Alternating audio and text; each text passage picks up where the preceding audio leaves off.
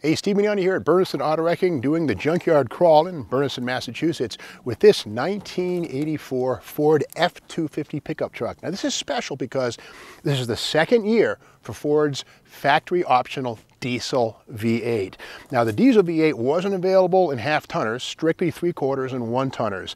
And we got to remember that Chevrolet and GMC were the first out with a diesel V8 in pickup trucks in 1978.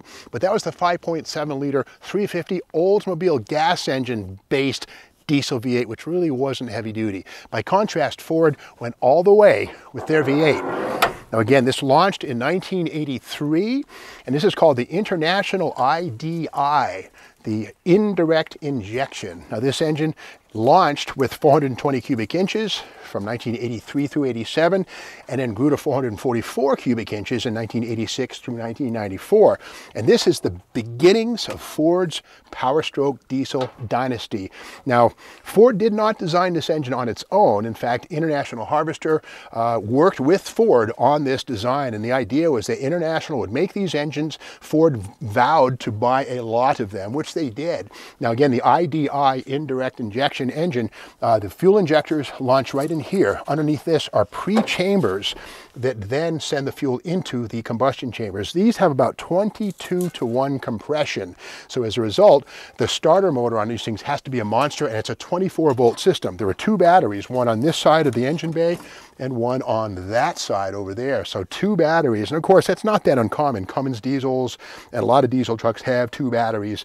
Again, it's all about cranking that huge 22-to-1 compression engine over. And speaking of guts inside of that, the 420 I.D.I. is an under-square engine, meaning that it has a smaller bore than it has stroke. 4-inch bore, 4.18-inch stroke.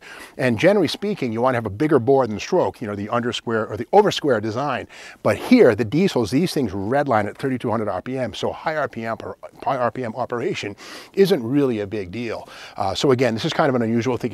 It's an over-square V8 design. But something kind of cool is the aluminum intake manifold right there. You usually think of aluminum intakes on 446 packs and, you know, Boss 429s, that kind of stuff. But here we have it here. You got to remember too that, you know, every ounce removed from the weight of the truck is another ounce you can use to pull cargo or a trailer. So the aluminum intake made sense and probably saved a few bucks. Who knows? But of course, power brakes, standard equipment on the F250. Again, this is a 3/4 tonner.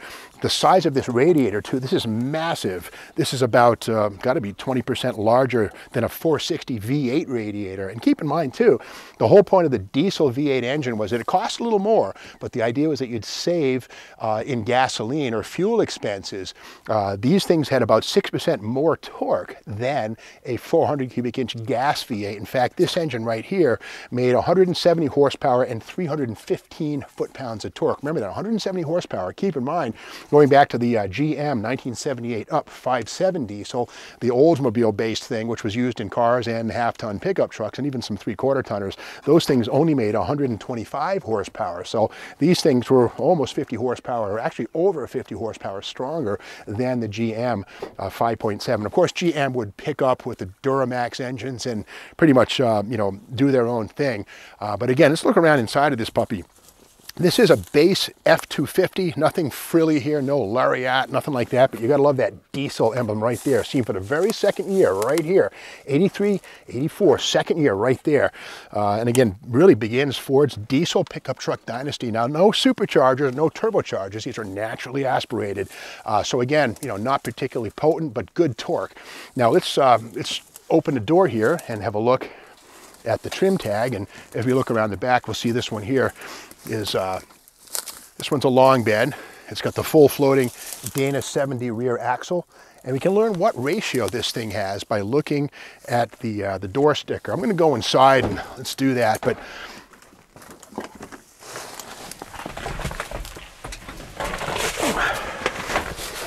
yeah, if we come in here, we'll see right here. Here's the door sticker right there. It says 73.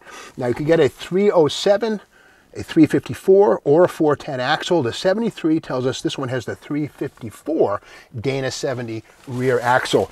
Now, diesel specific stuff in this truck are things like this marking on the dash, again, 84, second year that you'd see something like this inside of your Ford F-Series truck. Diesel fuel only. Pretty cool. And again, diesel fuel only right there. And 85 mile an hour speedometer, of course, you know, from 1979 onward, the federal government said, hey, no more of this 120 mile an hour speedometer stuff. But down here we have glow plug, water in fuel, and these are warnings here, seen only on diesel models right there. And being a basic model, this one has rubber floor mats, no carpeting here. But one area where the original buyer of this truck didn't scrimp was on the stereo.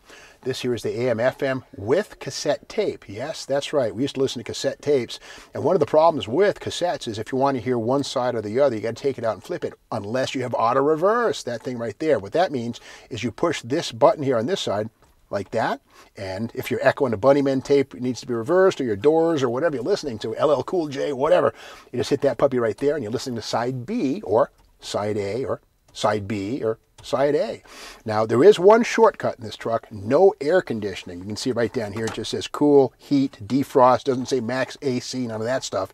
And a function of the no AC on this truck is this right here, the block off for what would have been the AC vent in the center of the dash. So, you know, kind of a little weird thing. But again, this is the second year for diesel, and this is something right here in the glove compartment. This is the 1985 F-Series Econoline and Club Wagon and pickup truck diesel supplement for the 6.9 420 cubic inch I.D.I. diesel engine. So right here, this is do's and don'ts for your new Ford diesel pickup truck right here. Diesel engine information fuel system, fast start glow plug system, engine oil cooling, governor. The engine governor is located in the injection pump. The governor controls fuel input to limit maximum engine speed. It will not, however, prevent engine overspeeding resulting from downspeeding or downshifting at high vehicle speeds or by descending steep hills. So, you know, all this stuff right here. Second year for Ford pickup truck drivers to know and understand diesel power. And of course, now diesel powered Ford trucks are right up there with 1,000 foot-pounds and more.